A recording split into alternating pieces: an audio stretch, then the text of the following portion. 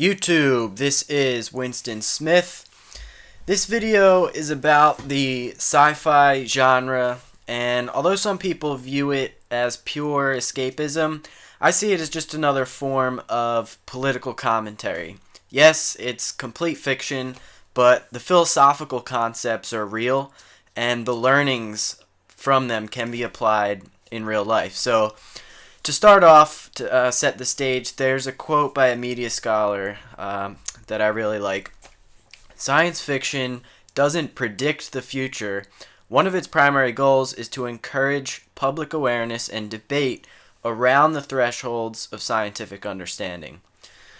So, sci-fi is this genre through which we can apply critical logic to a fantasy world that we may otherwise be hesitant to apply to the actual world we inhabit. People are typically a bit apprehensive in critiquing their own world, their own current realities, for fear of discovering its flaws, because the discovery of these flaws might then potentially serve to act as a catalyst for cognitive dissonance, which is obviously an unwanted psychological phenomenon. But what science fiction does is eliminates this possibility, or at the very least helps to bridge that gap, and allows the audience to develop their critical thinking in tandem with the particular economic, social, and political conditions of that story's fantasy world. So once that happens, the opportunity arises for the audience to go through this sort of reflective process to reapply these newly discovered tools that they're applying to the fantasy world and apply them to their own world. And I'm looking at Cloud Atlas. It was a novel and later made into a movie. And I recently reread it and watched the movie. And the author of the novel, David Mitchell, definitely recognizes and utilizes this idea, not just because he wrote this book with a lot of political commentary, but because one of the main characters, in reference to Hitchcock, has this great quote. It says, "The key to fictitious terror is partition or containment. So long as the Bates Motel is sealed off from our own world, we want to peer in, like that of a scorpion enclosure. But a film that shows the world is a Bates Motel, well, that's the stuff of Buchenwald, dystopia, depression. We'll dip our toes in a predatory, amoral, godless universe, but only our toes." So basically, what I'm going to do here is apply concepts I've discovered in the sci-fi novel Cloud Atlas, and also a couple examples from the Matrix movies, to our current technological and political environment. So the first point I want to make here is in regard to collective memory. Humans not only evolve biologically, right, but also what's called epiphylogenetically, meaning that we exteriorize ourselves in different tools, artifacts, language, content produced online, for example, and Plato opposed this exteriorization of memory, and he termed it hyponesis. He says that it's false, unnatural, and that it's a threat because it makes reliance on our own memory less necessary, right? And that kind of makes sense. So Plato kind of feared a future that was eerily similar to what's outlined in the Matrix, for example, where humans themselves, and Cloud Atlas, where humans themselves no longer understand how to keep civilization going and meet their own basic needs, because they've all of these different tasks have been abrogated to technology. And so there's no reason for humans to remember this. It's not useful for them because they don't need to know it. And Google searches are kind of an example of this. An archive of all search queries in Google is essentially a fairly accurate representation of the collective hive mind and thoughts of all human beings on the planet, or at least those with access to the internet. And answers to questions that were previously passed down verbally from generation to generation are now found through a simple Google search.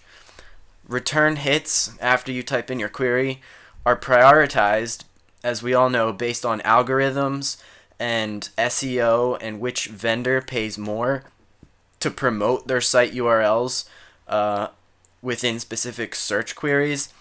And so what that means is that the knowledge and the information circulating is limited by these constraints. We now only consume the knowledge that is approved by corporations that pay the most to conquer the search rankings, and the ones approved by, of course, the all-powerful Alphabet Corporation. And the parallel that I see there is the company that Neo works at, Meta Cortex. That is kind of a play. So neocortex is the part of the brain that controls sights and sounds, right? And meta means going beyond something. So what's beyond sight and sound are thoughts and knowledge itself. So hence metacortex, the company Neo worked for in the movies, and I relate that to the Alphabet Corp, are seeking to control these things, to control our thoughts and the information that we consume. Now, the novel Cloud Atlas contains a dystopian world, for those of you who may not be aware of it, and it illustrates how humans forgot to make fire once heating systems were invented. So after this event in the book called The Fall of Technology, where all technology is wiped out, people died from the cold and their inability to use fire as a heat source to cook their meals. And Somni 451, that's the name of a character in the book, she kind of addresses this issue and puts forth the idea that the robots in the book, or the clones that they made to do all of the work, if they stopped working, then society would crumble. She says, who would work the factory lines? Who would extract the coal? Who would stoke the reactors and do the construction for buildings? Serve as waiters and waitresses in restaurants, things like that. So essentially, the tech boom has resulted in a large portion of humans forgetting how to do some basic tasks. And millennials, for example, are never learning them in the first place. The very things upon which society rests are increasingly being relegated to technology, and hundreds of years from now, we will be forgetting how to do some very basic things. And there's this philosopher named Stiegler, who a technology philosopher basically, and says that the technology advances through hyponesis. We increasingly put forth our thoughts into technology to relieve ourselves of the burden of remembering things, and the threat against us as this increases is amplified. We're increasing the risk, essentially. And but the good part is that at the same time, our ability to do this increases the chance for empowerment and pointed intentional disobedience against this very same process. So I'll expand on that. Basically, the next point that I'd like to cover is individual agency. So Hegel is another philosopher, and he has this idea called Hegel's totality, and it asserts that individuals can't have a completely independent existence because our relations with one another, with other people, with objects, organizations, define who we are, that all of these different parts are inseparable. This is the ideology society's largest organizations abide by, and in my opinion, it's total bullshit. We each have our own individual agency, and we don't have to go along with the massive organizations in society. And I'll expand on how we can rebel against this in a bit, but an example of this ideology that in Cloud Atlas is a scene where a government worker says to one of the main characters, if you hate men like Quan is just a powerful government official, if you hate men like Quan, you hate the world. So this government worker, who says this is so indoctrinated, he's equating individuals with society as a whole. In essence, according to his perceptions, the individual has basically ceased to exist. There is no concept of individuality. Unanimity is all there is from this vantage point.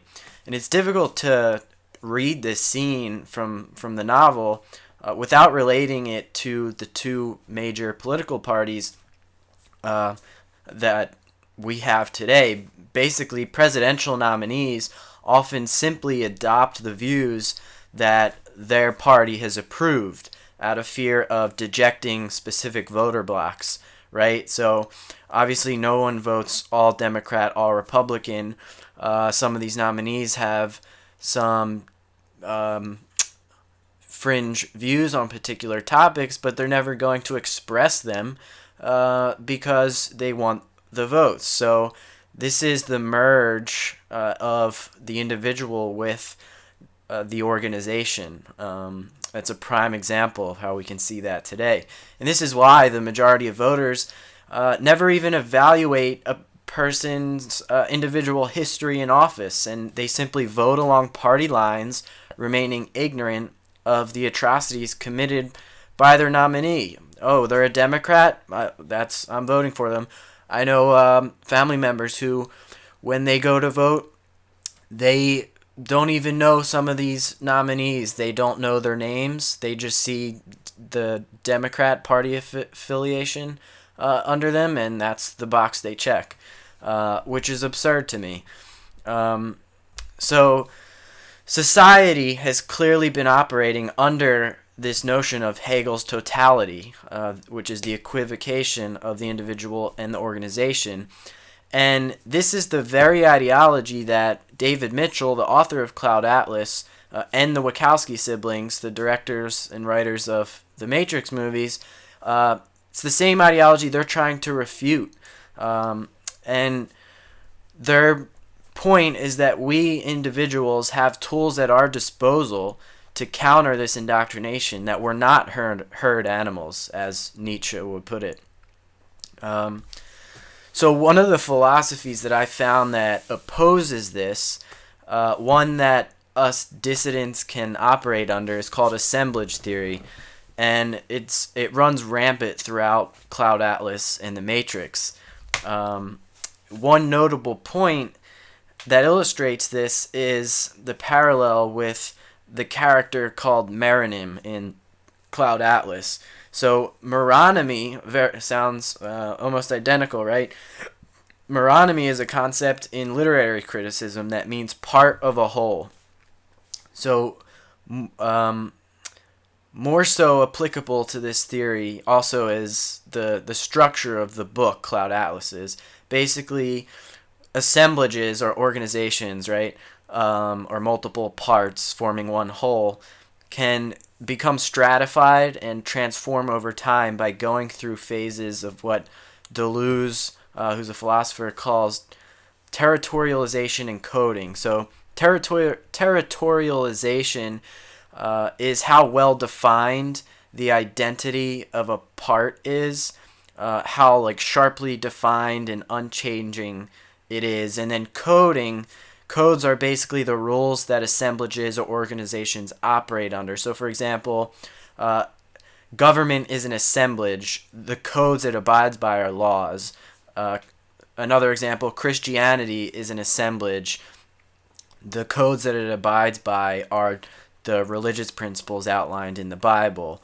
And to bring it down to an individual level, our bodies, our physical bodies, are assemblages, and DNA is the code that it abides by to operate. So there's a story in Cloud Atlas that takes place in 1850, and it's basically, the setting is the most underdeveloped civilization in the book. Like, other chapters have stories in like 2000 and 2300. And so it's like a low territorialized, low coding. Not many rules have been established in 1850. Organizations are not nearly as developed and connected as they are today. So basically the main character appears to, like, he finds this journal, and how it works is it seems like finding a journal is insignificant in the grand scheme of human history, right? But the book operates under this notion of the Matryoshka doll, which is a buildup of major themes, which so in the beginning, this is the first chapter of the book. These examples are much more subtle and then crystallize and are amplified later. So finding this journal actually, in 1850, hundreds of years later, it actually changes the course of human history. And it has a large-scale impact hundreds of years later. It's kind of somewhat similar to the butterfly effect, if you're similar with that. One small little event in your day-to-day routine life, hundreds of years later, may have an impact, right? So one of maybe a small decision you make now could impact someone or something, or even all of human civilization decades or centuries later. And you may not well, you won't know it because you'll be dead. But that's the point of the book, one of the main points. And this is kind of what Hard News Network is about and hopes to achieve, right? So, for example, the Cult Watcher series was created in part because me and Hard Bastard went through some shit in the Jehovah's Witness cult, and if we can just make videos about the barbarity that we've endured, and it catches the eye of someone who's currently in the religion or just considering joining, if we give them a small amount of doubt, then we've done our job.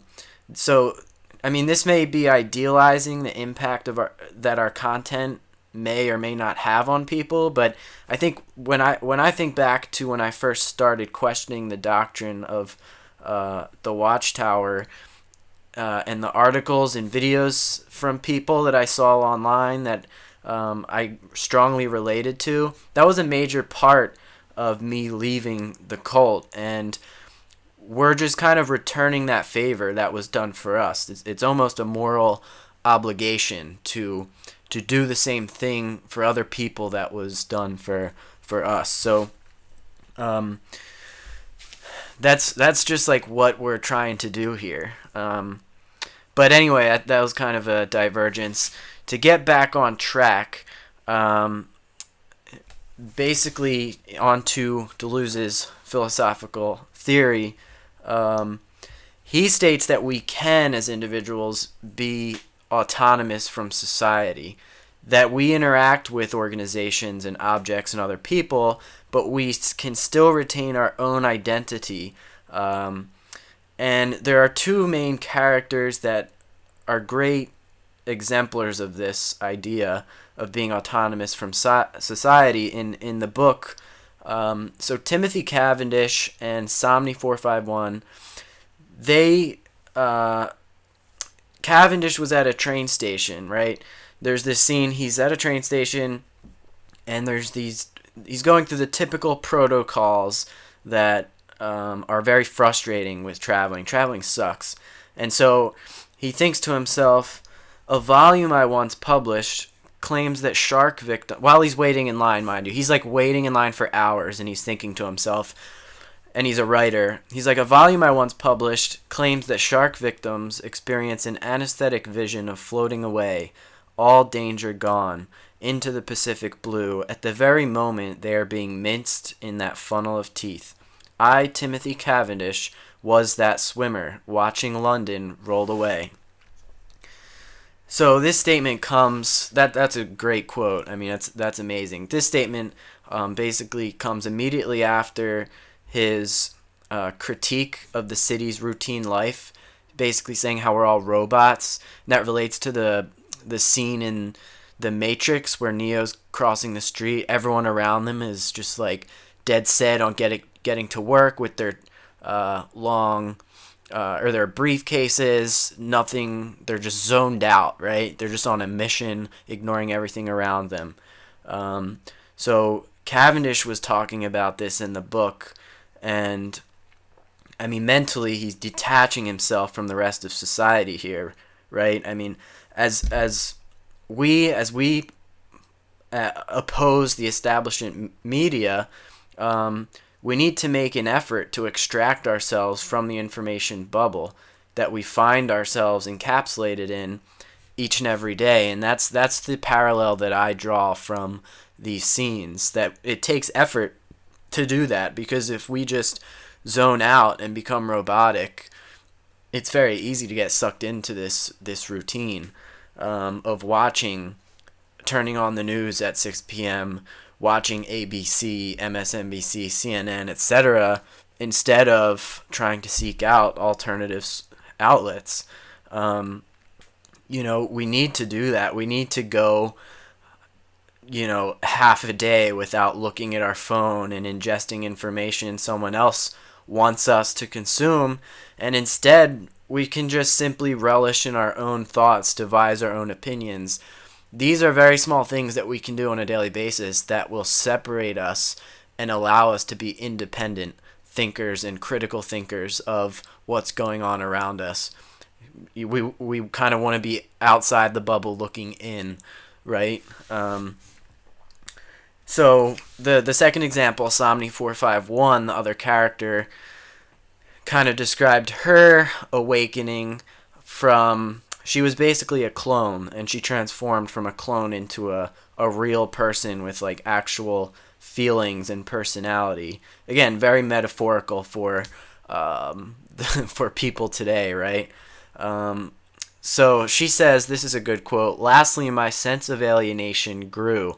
Amongst my sisters, I alone understood our existence's futility and drudgery." So looking at the bubble from the outside can be depressing because you realize when it comes to media elites, they're just either evil with their disinformation or lazy, and both are terrible for democracy. So this idea of the possibility for individual autonomy is even further emphasized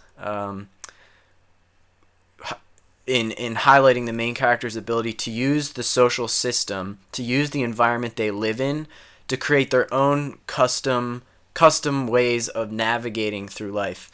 And there's another great quote. It says, "If losers can exploit what their adversaries teach them, yes, losers can become winners in the long term." Again, this is what Hardbastard does on a daily basis. He is taking the very same segments that are propagated throughout the entire world and picking them apart second by second, phrase by phrase, word by word. And I just think that is a great testament to how we can use what they put out, the information they put out against them.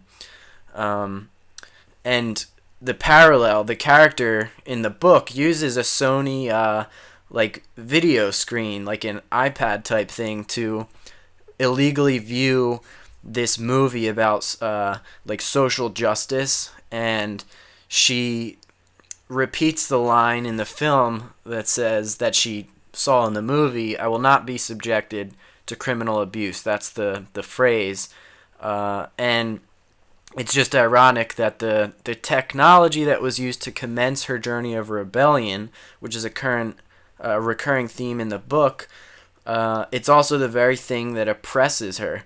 So it can be simultaneously empowering and threatening, And so technology isn't innately in favor or opposed to a certain ideology, but it's determined by political struggle. So, ladies and gentlemen, struggle on. This is Winston Smith signing off.